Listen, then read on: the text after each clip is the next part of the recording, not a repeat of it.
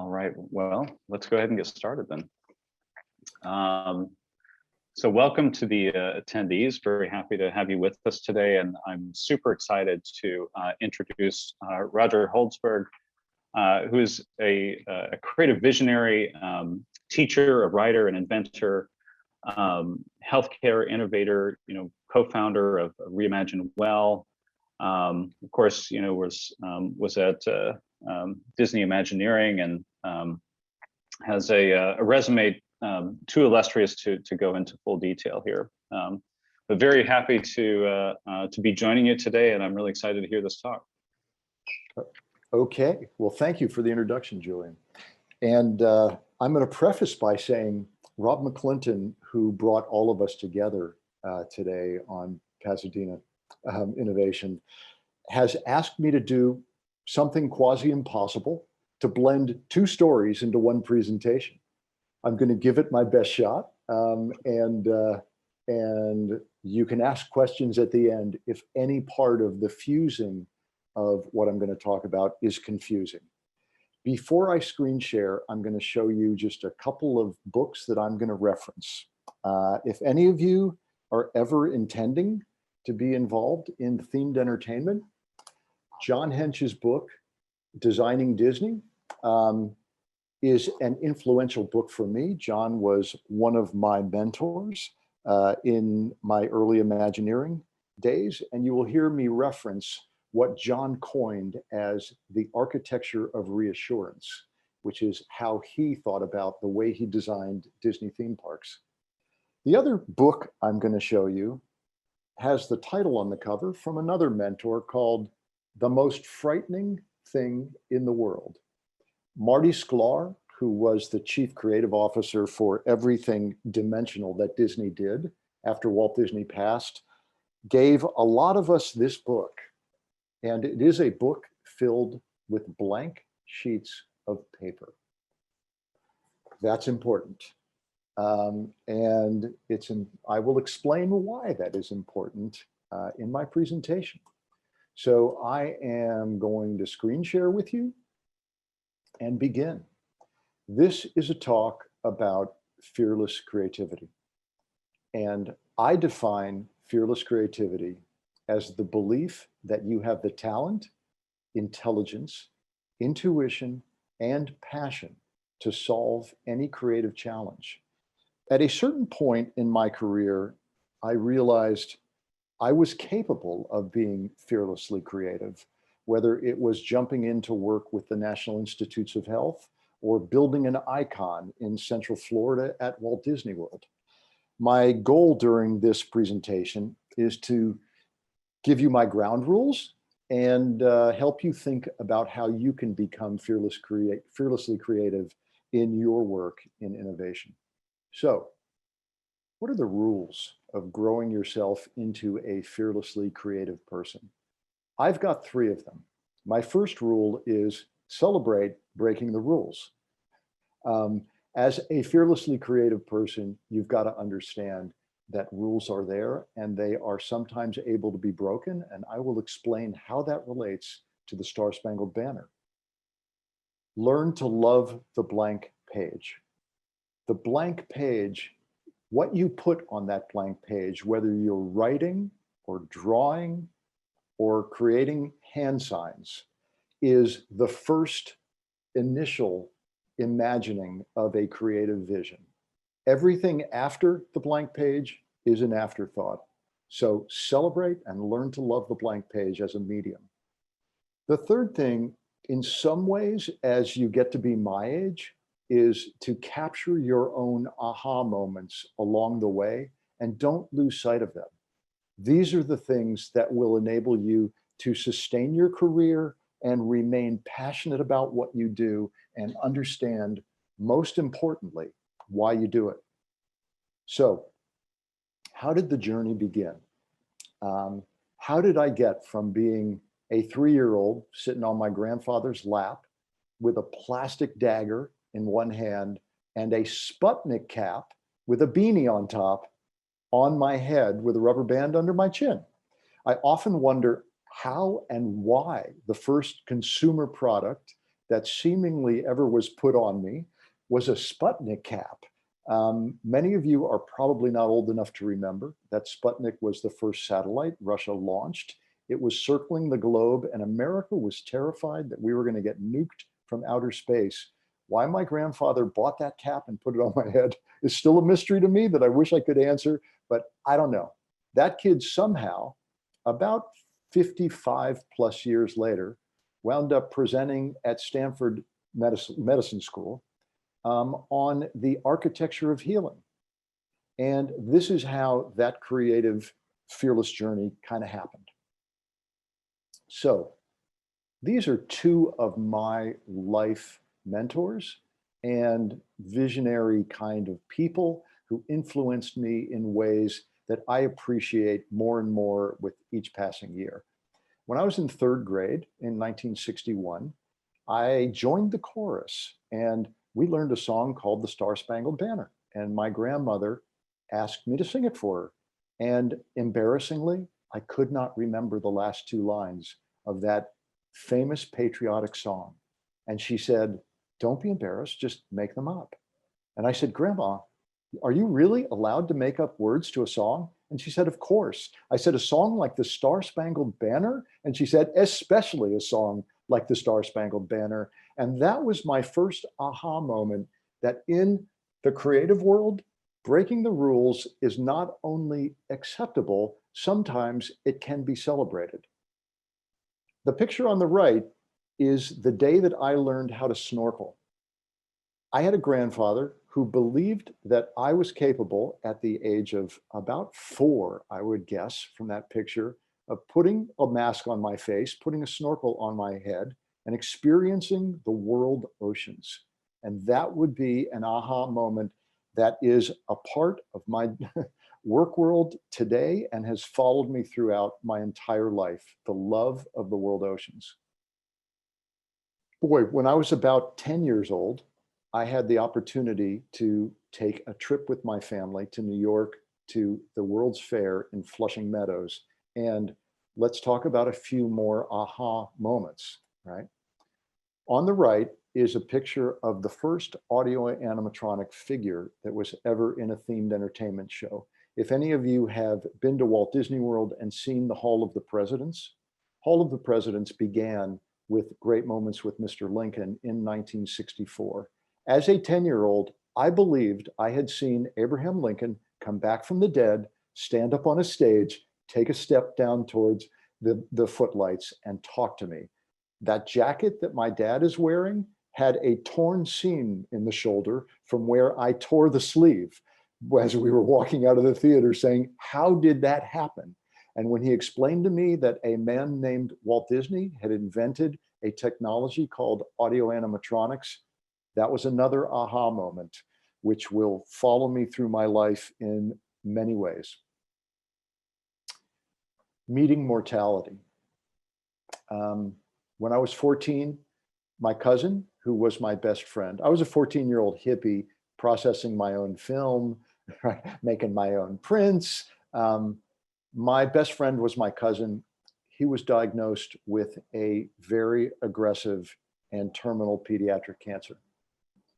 Over the next 8 months, sorry, still an emotional story.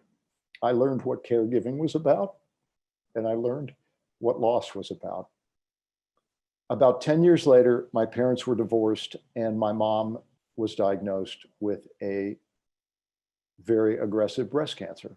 And as the oldest child of a divorced couple in a world where there was no hospice care, I made her end of life decisions.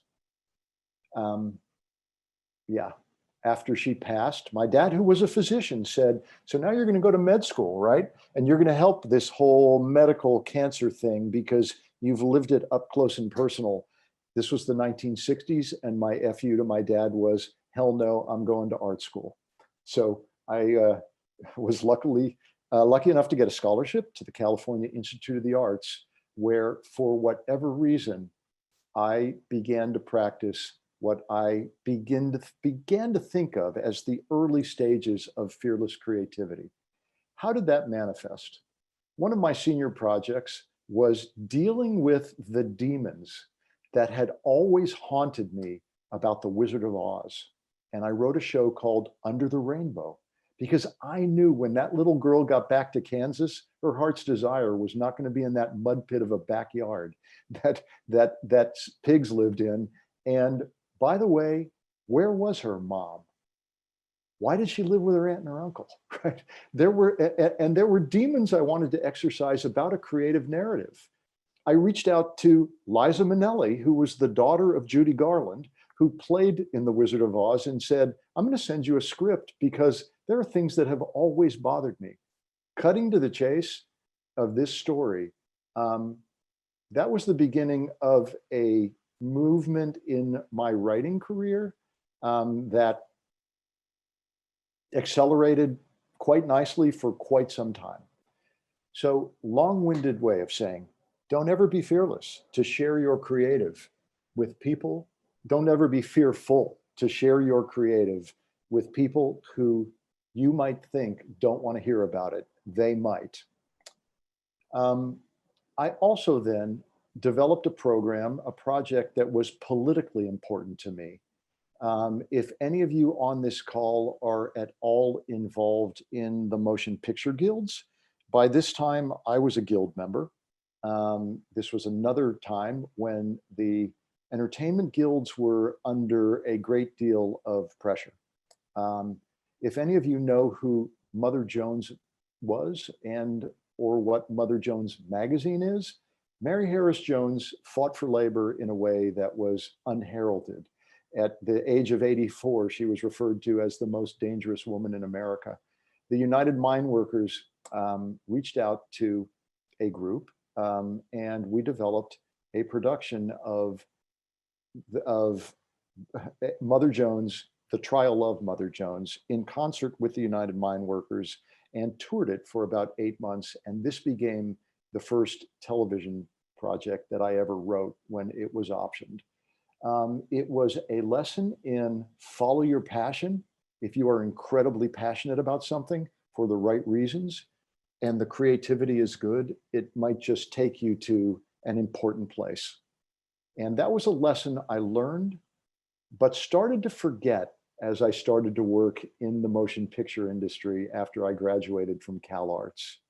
So I had the opportunity to work with Steven Spielberg out of school in the art departments of a couple of projects. One was a movie called 1941 that nobody knows about because he's not very proud of it, I don't think. The other one was Raiders of the Lost Ark. Different story. Boy, what a lesson that was. And then I started, because of my background, I started leaning and being really drawn to special effects, and I started doing special effects and special project design, which led me to directing second units on movies like The Sword and the Sorcerer, Radioactive Dreams. I was going after this stuff because I had a young family. I wanted to make some real money. It was super fun. It was pretty creative, but I'll tell you, I wasn't passionate about it. And what happens when you do work that you're not really passionate about was going to teach me a big lesson pretty soon. This was in the time when it was a natural thing to do. If you were directing second units and you were selling screenplays, you wanted to make low budget movies. And I made a few of them. One of them was a movie called Midnight Crossing. It starred an Academy Award winning actress named Faye Dunaway, who everybody told me was going to be a nightmare. She turned out to be a phenomenal friend and a phenomenal supporter. I put this slide in here for an important reason. I see two faces when I look at this, outside of Faye's beautiful face, right? I see my face and I look at a kind of smug, egocentric guy. I don't actually like the person I'm looking at in this photograph of myself. I was not doing anything I cared about creatively.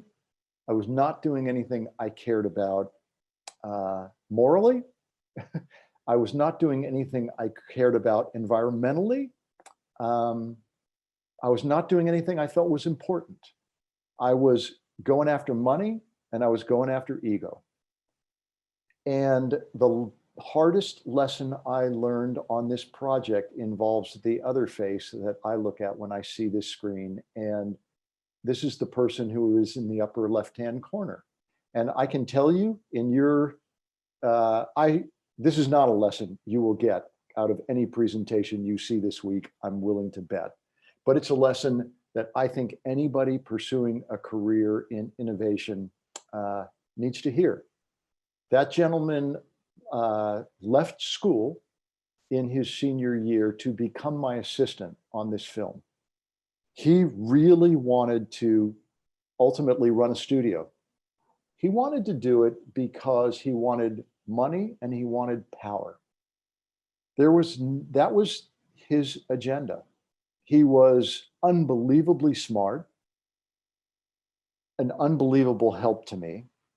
Over the course of the next 8 years, he got very close to achieving his dream. He wound up producing a fairly high profile, high budget film with some real stars in it. And when he let me read the script and I knew who the cast was, I went, this is never going to work. And I knew it was going to crash and burn. And when it crashed and burned, he walked into his bathroom, took out a revolver, and ended his life. This slide is here so that I can say to you as young, new innovators, know why you're doing what you're doing and know the reason that you're doing it and how it relates to you as a person and a human being, and know what you're going to get from it along the way. I took a long break after that. I went and remodeled a historic adobe in Santa Fe, New Mexico. And I decided that what I would do with my talent would have to be things that mattered to me or mattered to the world, or I didn't want to do them. I met Rob McClinton, who started this organization at a company called Knowledge Adventure. We had some extraordinary experiences. I started doing IMAX movies. IMAX movies about things that mattered to me, When I was 4 years old, I met the world oceans through my grandfather. The love of the world oceans became a part of the fabric of my DNA. Having the opportunity to do the IMAX movie, The Living Sea, and spend 6 months traveling around the world to find the right places to tell the world ocean stories, and then having Sting score it, Meryl Streep narrate it, and get nominated for an Academy Award for documentary was, a watershed moment for me. I was able to, so this is again about being fearlessly creative. McGillivray Freeman, who produced this film and who I was working with, IMAX movies at the time were 44 minutes long. And then there were educational programs. This was the time at the birth of the CD-ROM era, if any of you remember CD-ROMs. And I said to Greg McGillivray, Greg, your movies should be 44 minutes long and 10 hours wide. And he looked at me, rightfully so, and said, what the F does that mean? And I said, I don't know, but if you give me the digital publishing rights to your films, I'll go find out and I will create a new form of educational experience that will involve your films.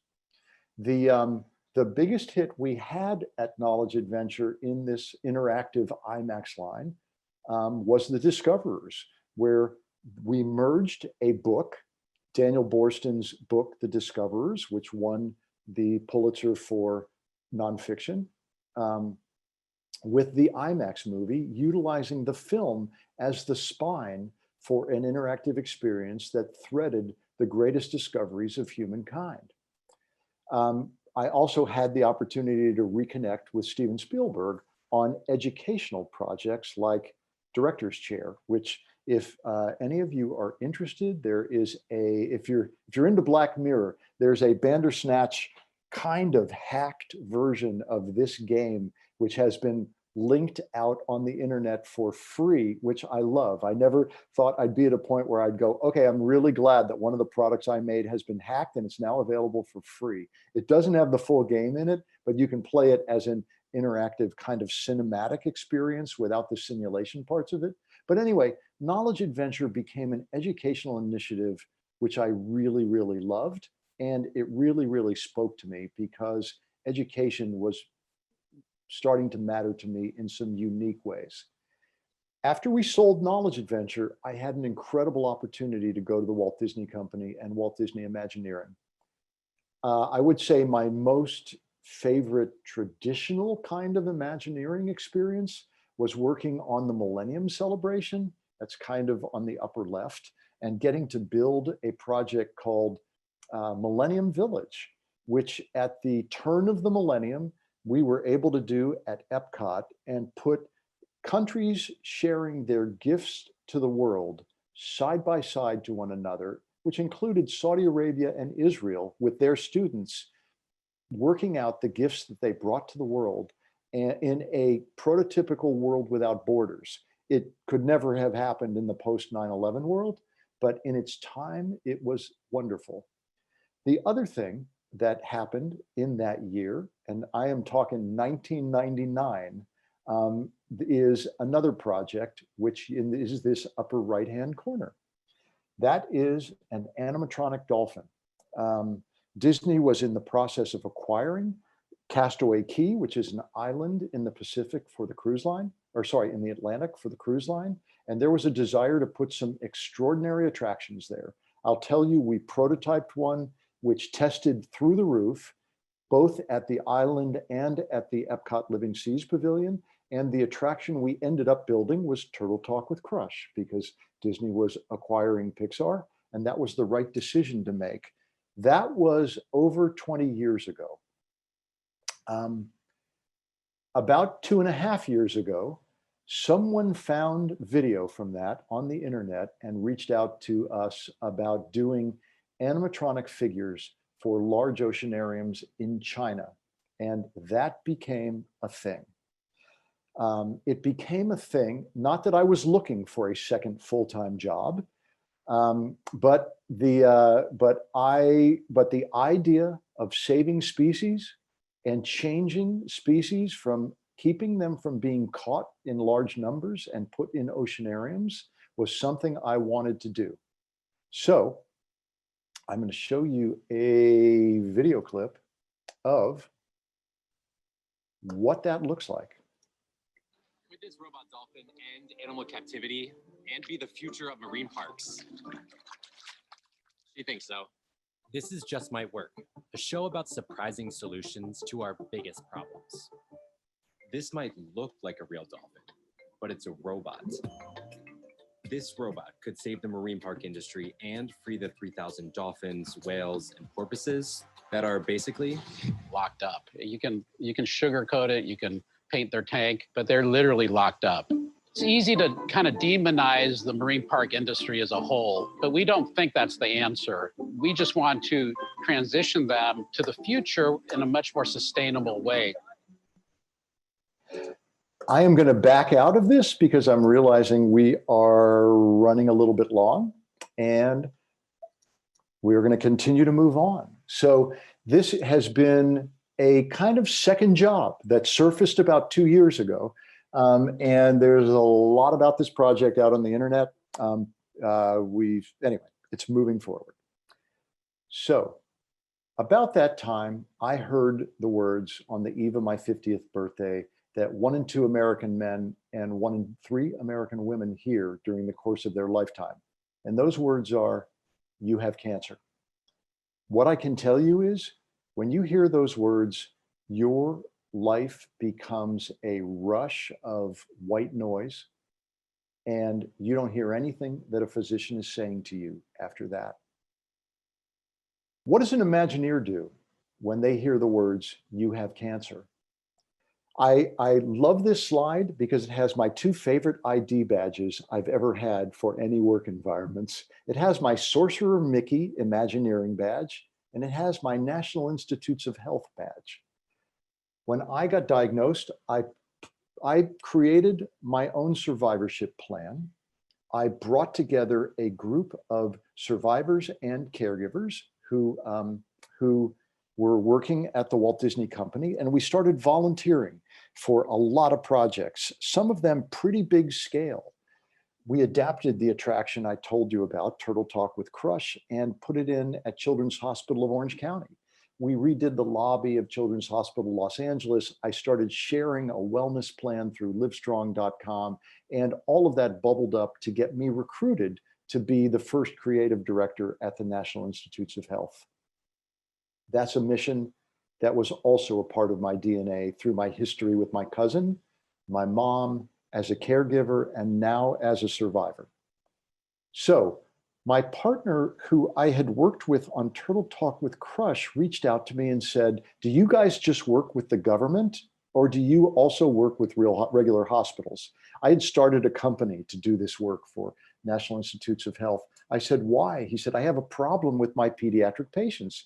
I said, what kind of problem do you have, Dr. Sender? I'd love to help you with that problem. He said, when a pediatric patient goes through chemotherapy, they get lonely, they feel isolated, and they get depressed. And those three things in a cocktail with chemo do not turn out good outcomes. I said, can I go out with a survey? He said, you're not a medical person. What kind of survey are you going to ask my patients? I said, I want to ask one question. If you could get your treatment anywhere in the universe, what special place would help heal you? And you will probably not be surprised that in the 8 years we've been able to ask patients this question, never once has an adolescent, young adult, or pediatric patient come back and said, oh, the special place that would heal us, that would be a hospital. That's never the place. So the first thing we started doing in the immersive healing space was adapting Disney theme parks' architecture of reassurance into an architecture of healing. And we do that with a platform that we call the Infusionarium platform. So what does that look like? What does the architecture of healing look like? Most people think, a lot of people think what we do is build these immersive healing spaces in hospitals. The truth is, that is what we have done in dozens of cases. In hundreds of cases, we are on smart TVs in hospital rooms, and there is no theming whatsoever. So I'm going to ask again, because I had to ask myself again, what does the architecture of healing really look like? And as it turns out, the way that you put a person in their healing place is less important than the fact that you do it. So what does it look like from a patient point of view? And does that really matter? Get me to the next video. Hello. Let me close that one down.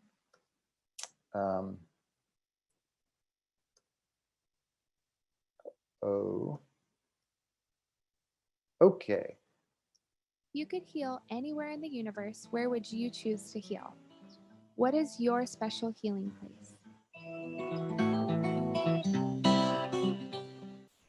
I forgot about my troubles, my life struggles, and water became my life, my strength, and my healing place. I always dream about the mountains, and this is my healing place. When you're visiting a peace pagoda, no matter what faith you believe in, you're always going to find a healing place because it helps you find that inner hope and inner strength that you really need. My name is Trevor, and I think the world of the future would definitely be healing, because in the future, I might not have to have these things if I had cancer. Treatment might be much more like quick, efficient, and easier on us.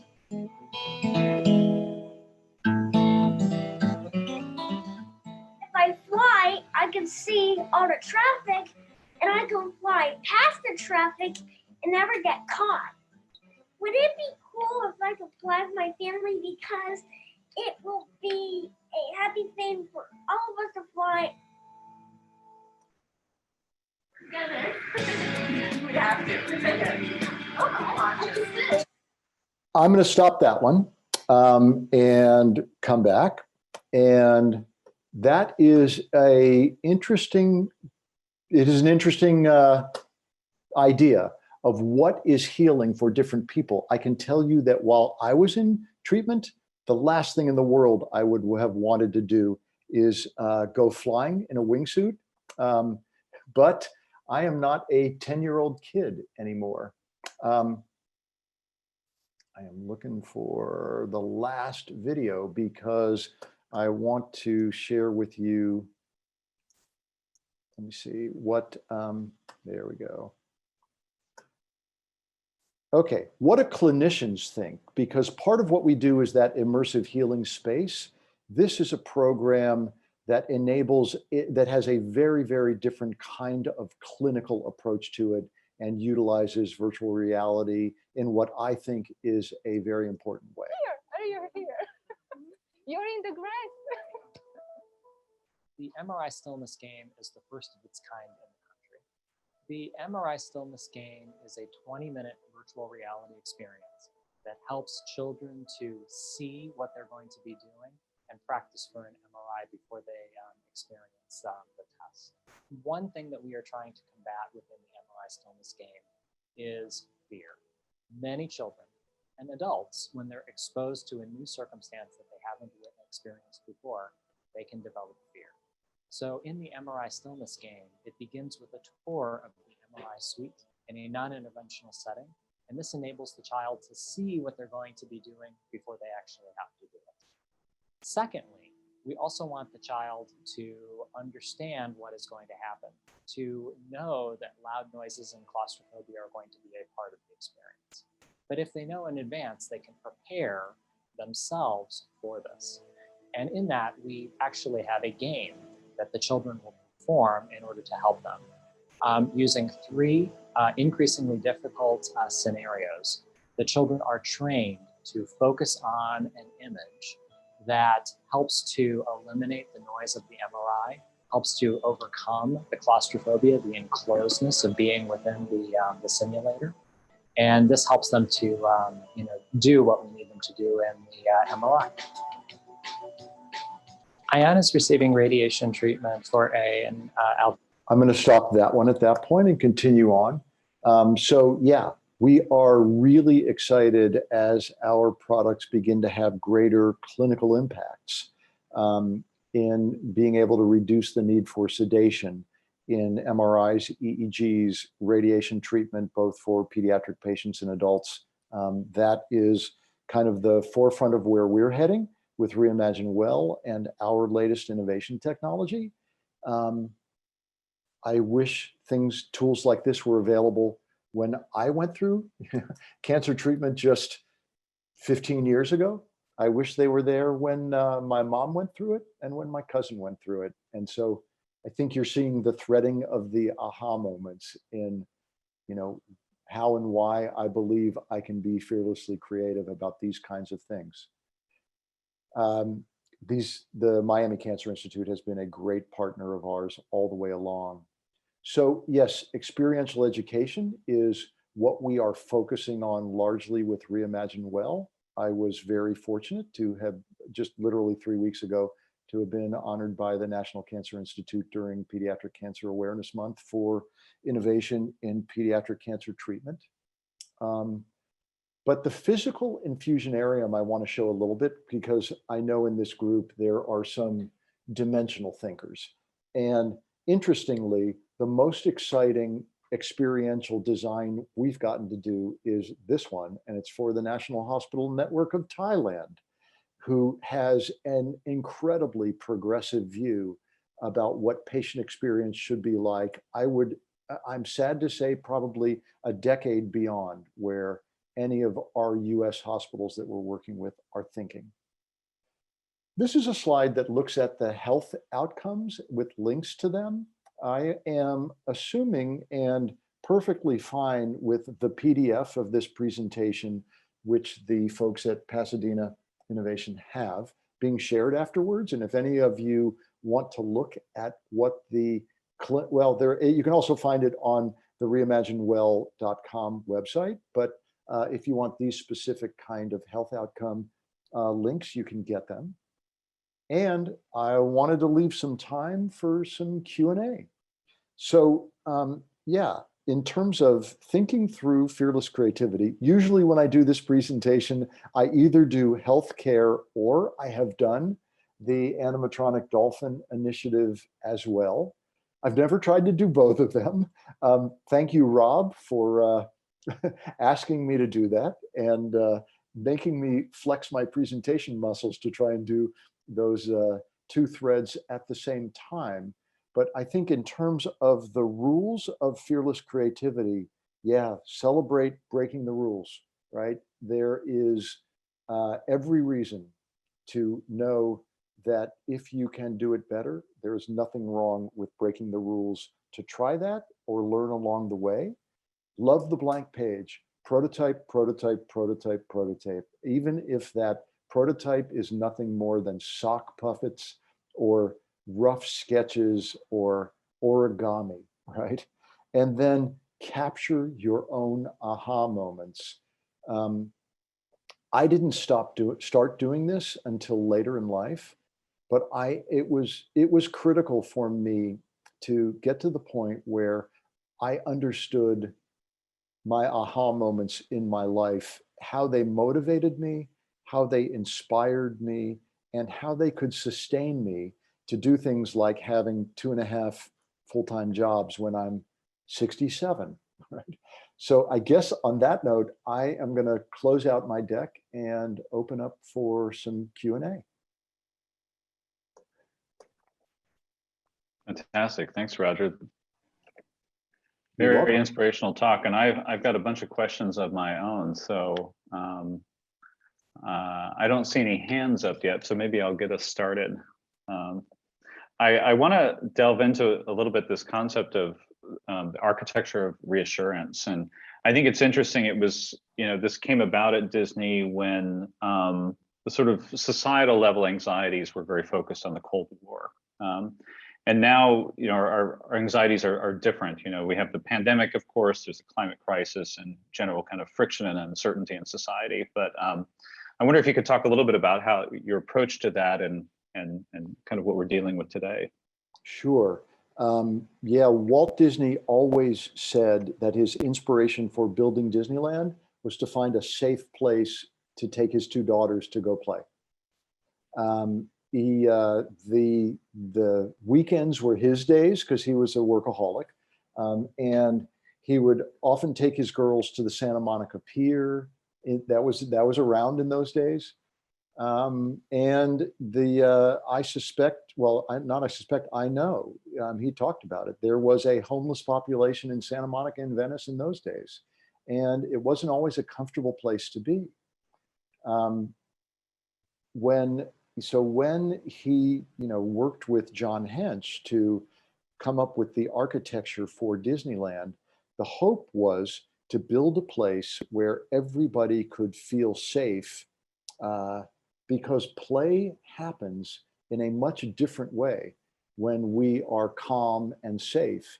The truth is, creativity happens in a much safer, better place where we feel calm and safe. Another visionary who I read every word I can of is Malcolm Gladwell, right?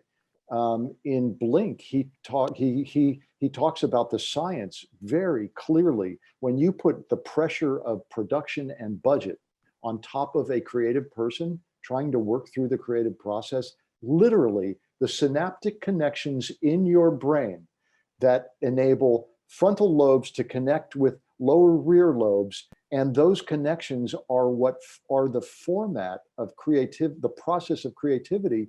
Pressure works like a dampener on the electrical stimulations in your brain.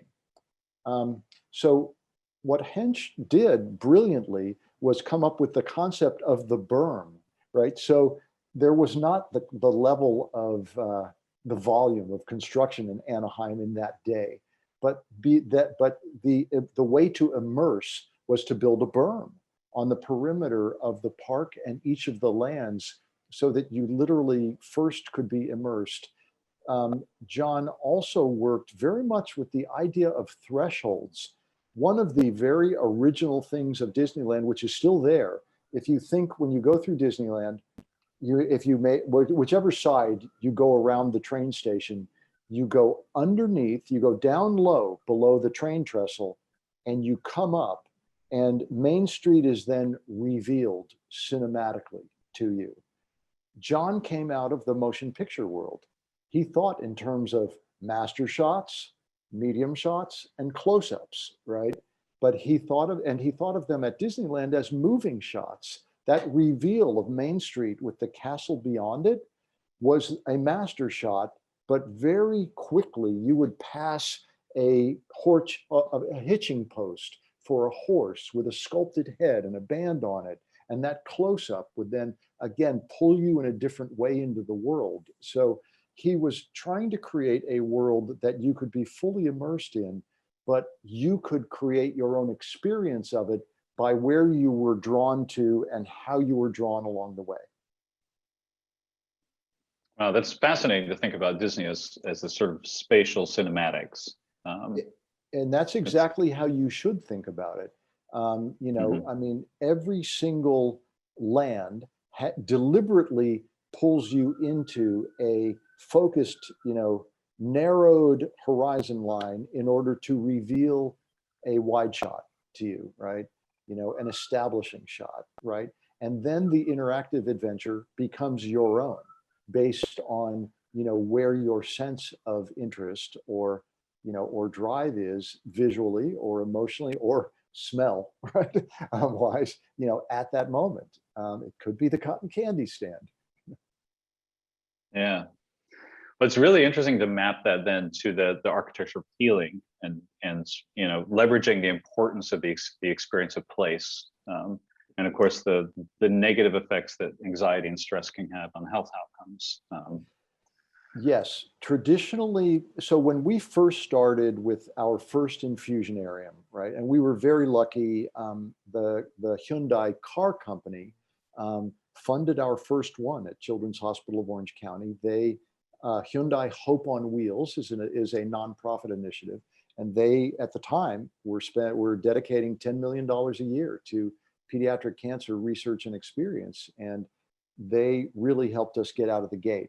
A lot of people would say, well, you know, there's always the challenge between creative and business, right? The biz dev people at the hospital would say, yeah, we get that the creative, the child life specialists and the nursing staff, yeah, they want that stuff. Yeah, we get that the kids and the families think it's great patient experience. What billing code do we attach to that, you know, for the hospital billing code? I mean, you know, it's not a profit center, it's a cost center. And so the first, you know, challenge was, it wasn't a real challenge. So we pretty early on got categorized as distraction therapy. Distraction therapy is a real thing, a very valuable thing.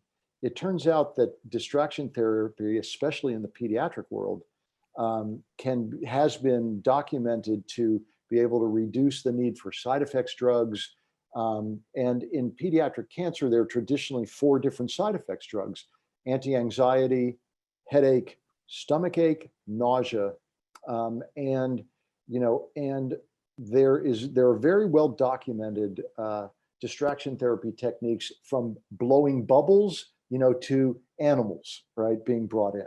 It turns out that when you give a patient the ability to participate in creating, ideally, because we do it through survey, right, to creating their own healing places, or at least selecting their own healing places, the need for those side effects drugs goes dramatically down, right? And that still is sometimes a challenge for the business people, right? Because truthfully, if they sell more drugs and they administer more drugs, they can bill for all of that. the place where, the place where we have suddenly become a profit center is in our experiential education programs, whereby, so that program we just finished for MRI stillness with Dr. Hall in Miami, what was realized very, very quickly was if you acclimate patients before they ever get there, and you teach them how to do the things that they are going to need to do while they are either in a treatment or an exam before they ever enter the room, you cut down dramatically the length of time they need to be in that room. What that means is you can add 1 or 2 more MRIs per MRI room per week, which is worth a lot of money to a hospital, right? And suddenly the cost of the product is realized within 2 to 3 months, and now it's a profit center. So anyway, it's just another thing to think about as an innovator. Talking the language of your business development team, really important. And understanding what makes your product a profit center versus a cost center, really important. That's great advice there. Yeah, sorry, can you a little bit. Yeah, I'm curious because I've heard this term distraction therapy before. How is this going beyond that? How is it different than just distraction therapy? Well, distraction therapy is typically what's being done during a procedure or a test, right? So I'm much more familiar with the pediatric world, although we've just begun to develop things for the adult world. If in a procedure room, if a patient is about to get a blood draw or get their chemotherapy port accessed, there's going to be some numbing cream, and then there's a pinprick. And for some kids, that's traumatic. For some adults, that's traumatic. In the old days being 2004, 2005, I can remember at Children's Hospital Los Angeles designing graphics into the ceiling of a room that would have things that would fly, right? And a child life specialist might say something before a pinprick or a port access, like, do you see those hummingbirds flying up in the sky? Yes. How many babies are flying behind the mom? And that would be the cue for the oncologist to access the port, because there was distraction and they weren't looking at that needle at that moment, right? Mm-hmm. That's a kind of classic kind of distraction therapy. Longer, and that's one that's used in a procedure room, right?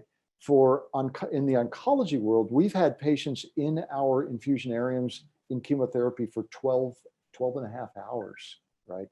Wow. That's a long time, right? And what is, so, in the old school, there might have been an AV card that you could play videos, maybe an Xbox game, right?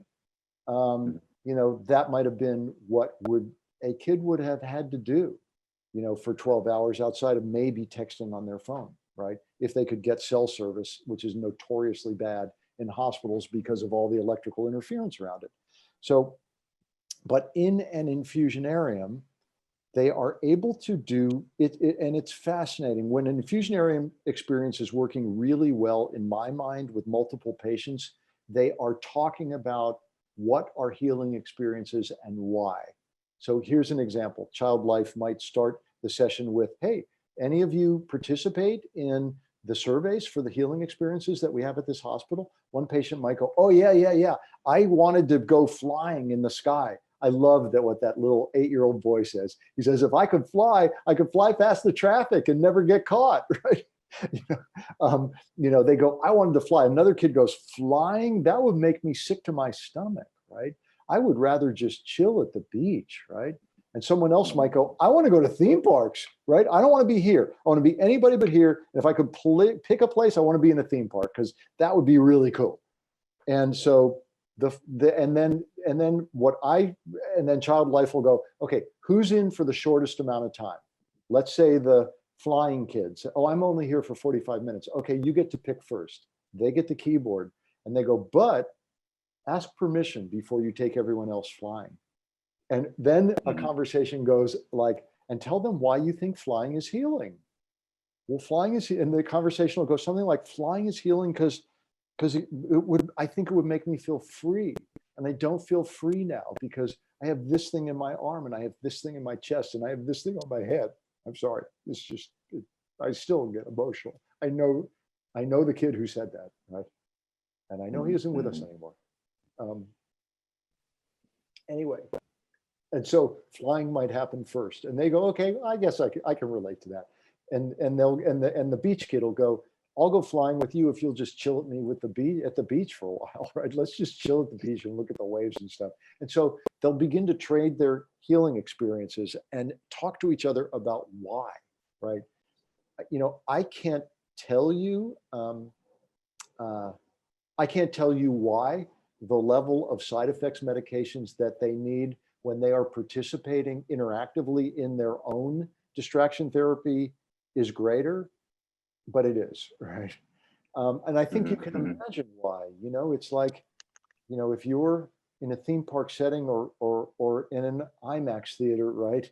And what's in front of you is not engaging to you and you're not personally involved in it, it's not as immersive, right? It's certainly not as emotionally compelling, right? Right. And, you know, I think our strongest experiences come when we are emotionally compelled by them, you know? So yeah, I think anyway, I hope that answers your question. Yeah, no, absolutely. And I think it's so powerful that it becomes a shared experience and kind of creates the support group, but one that can go on these fanciful journeys together. Exactly. And the, you know, and the experiential education, more clinically oriented things that we're doing are more one-on-one. They are part of a pre-procedure or pre-test acclimation that's done before they go into the room, right? The scary room where all the noises happen. Yeah. There's some questions about the animatronics. So I want to pivot to that topic now to get at least one of these questions in. So with the animatronics, what was the most challenging part, and what was kind of the creative process in building that dolphin? Okay, yeah, bit of history. If you want to learn more, whoever asked that question, Edge Innovations, their website, and the specific part on this initiative is the real-time animatronic page. Edge has been around for over 30 years. So I first met Edge Innovations when I saw the movie Star Trek IV, and they built minimatronic humpback whales, which are featured in that film, and then a half of the head of the humpback whale that Leonard Nimoy as Spock, you know, dives down and interacts with. But they did, so they came out of the gate as a company doing animatronics for theme parks. I'm sorry, for cinema. They did the orcas for the Free Willy movies, the dolphins for Flipper, and I want to say almost every time you ever see a dolphin, whether it was with the White Squall, you know, there's a dolphin in White Squall. It's an Edge Innovations dolphin. They did the Anaconda, and if you remember the Anaconda going after J-Lo, right? That's theirs.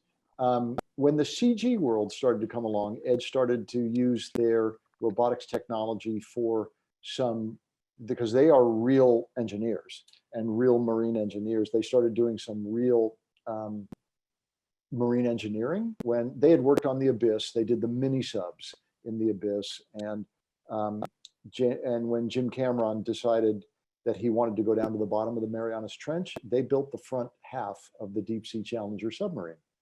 If you look at their website, when there's the James Cameron quote, "I trusted my life to these guys. They're that good," right? He's actually telling the truth. The front half of that submarine also had the buoyancy control system on that submarine, which if it and its redundant backup systems failed, he didn't come back up. Right? So anyway, Edge had done this work previously. I loved the idea. Digital puppetry was in its infancy in the 1990s, and digital puppetry animation. Pixar had created some Waldos that they could animate 3D characters on screens in. But I thought the idea of having a fully dimensional animal would be incredible. And so I approached Edge Innovations and we did the pilot, that I mentioned. If you want to see it, it's out there on YouTube. It is, if you ever want to see what that technology looked like in 1999 on YouTube, if you do a search for DRU, which was Dolphin Robotic Unit, Disney Dolphin, you'll find it. So how did it happen? What was the biggest challenge? Boy, this is going to sound funny. One of the biggest challenges in the initial pilot was convincing people it was a robot.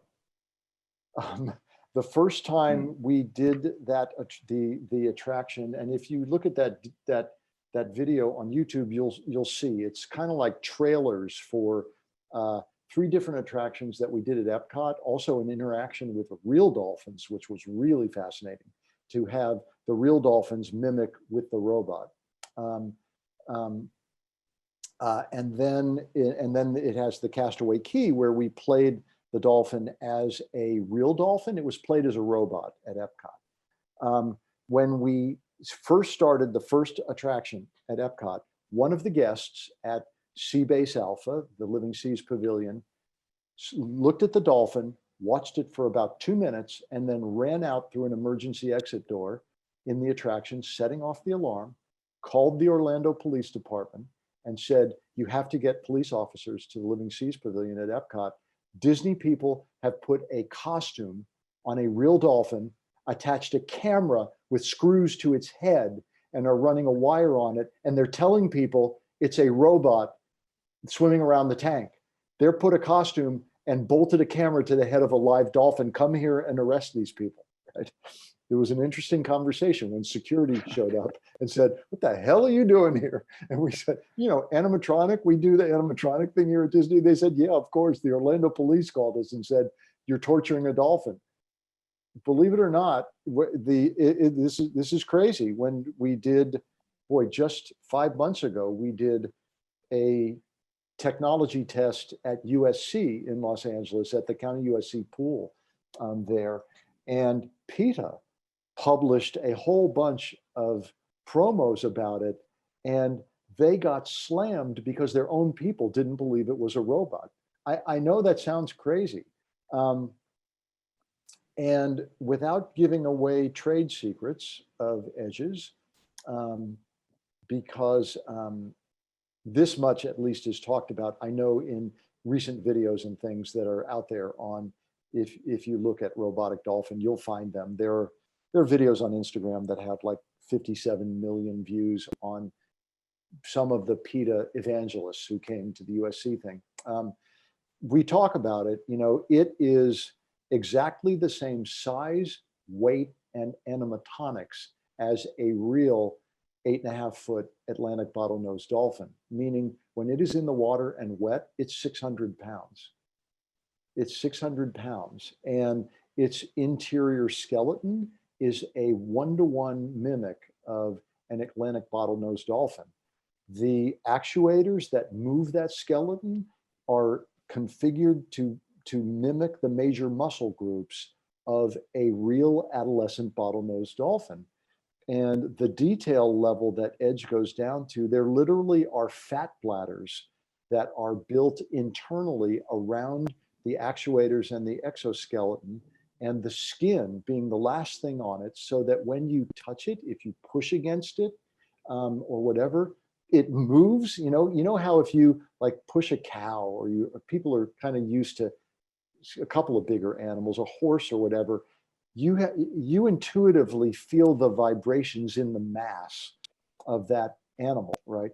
The exact same thing happens with that dolphin. And it's kind of extraordinary. But the other thing, that I would say that is truly extraordinary is the leap of faith that happens when it makes eye contact with you. I don't believe a digital character is, so I've done hundreds of hours of testing and work with Turtle Talk with Crush, which I think is, one of the best digital interactive, immersive experiences that there is. And I've done hundreds of hours of facilitating with an animatronic dolphin. And when an adult or a child says to an animatronic dolphin, says to a dolphin, and 8.5 foot, 600-pound thing in the water, do you have dreams about people? Because I've had dreams about dolphin, and that dolphin looks up and looks them in the eye and nods. You have had an experience as powerful as when I saw Abraham Lincoln get out of a chair, right, at age 10 and talk to me, right? There's no question in your mind that that's real, right? That it is a real thinking, feeling, sentient being in front of you at that moment. Yeah, it just seems like they have such tremendous potential for conservation efforts, because of course it's incredible to experience these animals close up and to touch them and to watch them in these shows, but also captivity for marine mammals is pretty horrible. They don't live very long and their mental and physical health is not good, and so there's a lot of reasons not to keep those animals in captivity, but this provides a way to be able to interact with them and learn about them. And that is our dream. I mean, that is our dream. So, and we likely would have had 1 to 3 of our Chinese oceanariums that we were working on just before COVID. The first big one probably would have been up and running by now. We had to do, if you look on the Edge Innovations site under real-time animatronics, in the center window, there is a trailer essentially for the 3 pilots we did for our Chinese partners. Our Chinese partners reached out and, I'll be honest, I turned this consulting down 3 times, right? Until my wife said to me, if you just see this through the first 3 aquariums, you will probably have kept 120 large animals from being plucked out of the wild, and you will have changed the history of those 3 species. And I went, where do I find time for another full-time job, right? And, she said, we'll figure it out, right? But anyway, what the Chinese partners said, and I would have said the same thing with them. They said, there's this video from 1999. Okay, it looks good. It's grainy. It's 20 years old. How do we know it's real? Right? Really? I mean, how do we know this isn't a video fake? Right? Right. So it's got a lot of YouTube views. I mean, how do we know any of that means anything? We'll fund a pilot, and the pilot has to prove 3 things. And this maybe is a better answer to your first question. 1, is it as entertaining as its real life counterpart? 2, is it as educational? Can it be as educational? And 3, can it be more cost effective than just getting some dolphins, right? So this was pre-COVID. Some things have changed in China since then. They can't transport large animals across borders anymore, which makes it much more immediate. But anyway, so that pilot had to prove those 3 things. Turns out, yeah, absolutely, you can do something more creative. It's different creative. We are definitely not trying to copy the acrobatic shows that SeaWorld's been doing for the last 50 years, because we've seen that for half a century, right? Can't we do anything more creative than that, right? The education is way better with a robot, because a robot can one-on-one communicate. And the pro forma is very interesting. And this is probably the biggest hurdle. So again, contrary to the US, where the only thing, again, I'm generalizing and I apologize, a US company really struggles to think beyond the next quarter, right? Is it gonna hurdle a 33% profit margin by the next quarter? If not, no, I'm not interested. The Chinese are willing to look at 10 years, right? So the pro forma that they did was 10 years. Because the cost of entry, you can buy a dolphin from the Cove. If any of you have seen the Cove, you can buy a dolphin from the Cove for about $70,000, $80,000, right? You've then got to train it, right? You've got to then feed it. You've got to do the water filtration system to get rid of all the crap that comes out of that dolphin after all that food. You've got to have veterinary services 24/7. You've got to breed it if you want ever more than one, right? So the cost of entry with a real dolphin is much less than an animatronic dolphin, but they break even about 3.5 to 4 years. And by 10 years, you're tens of millions of dollars profitable by going animatronic, because all you have to do is plug it in at night, right? And recharge the batteries. So anyway, that's it's one of the biggest challenges is the cost of entry at this point. Mm-hmm. You're also not limited to species that are around today. There's maybe in the future there could be a Jurassic Park with animatronics instead of genetics. You would hear that if at the end of that free think video that I stopped before the end, you would have heard me say, imagine being able to go snorkeling in a Jurassic Ocean. Boy, I sure would pay an e-ticket price for that. And a lot of people agree. Yeah, though I can't give it away, but I can say with our Chinese partners, dolphin would be the smallest of animals we're talking about. Fantastic.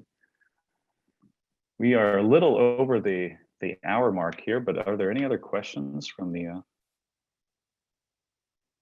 audience?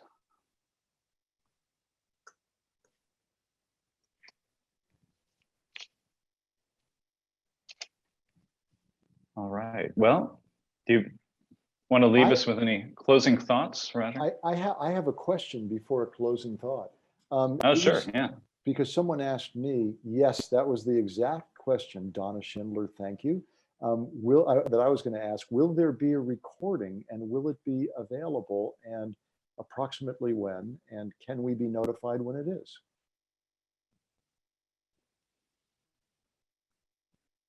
Looks like the answer to the first two questions is yes and yes. There is a recording, it sounds like. A couple of days on Hay Summit. Well, please notify us if possible. Okay. Via email or any other means. As a closing thought, I would just like to say there's a version of the movie Dune coming out in the next couple of weeks. My favorite, well, the line that sticks in my mind from having read that book in my college days is "Fear is the mind killer." Malcolm Gladwell, I think, echoed that in Blink, indirectly. Pressure is also the mind killer. Find a way to, in my healthcare world, I know what my healing place is as a cancer survivor. I also know what my creative place is. I have different places that bring me different kinds of creative energy. I know what kinds of ideas come to me when I'm swimming, right? And they're very different than the kinds of ideas that come to me if I'm staring at a blank sheet of paper sitting in the mountains, right? Explore your creative places, understand what they provide for you and why, and go back to them often and enjoy them, love them, and celebrate them. I'll close on that. Thank you. That's a great closing, and thank you for the wonderful talk. So inspirational, your journey and your wisdom and insights on it, and hope we get to chat again another time. I do too. Maybe we'll visit one another's classes. Absolutely. All right. Thank you to the organizers. Special thanks to Rob McClinton for putting this together and all the work he does at Innovate Pasadena. And special thanks to Kayun as well. Yes. Take care and be well. Thanks, you too.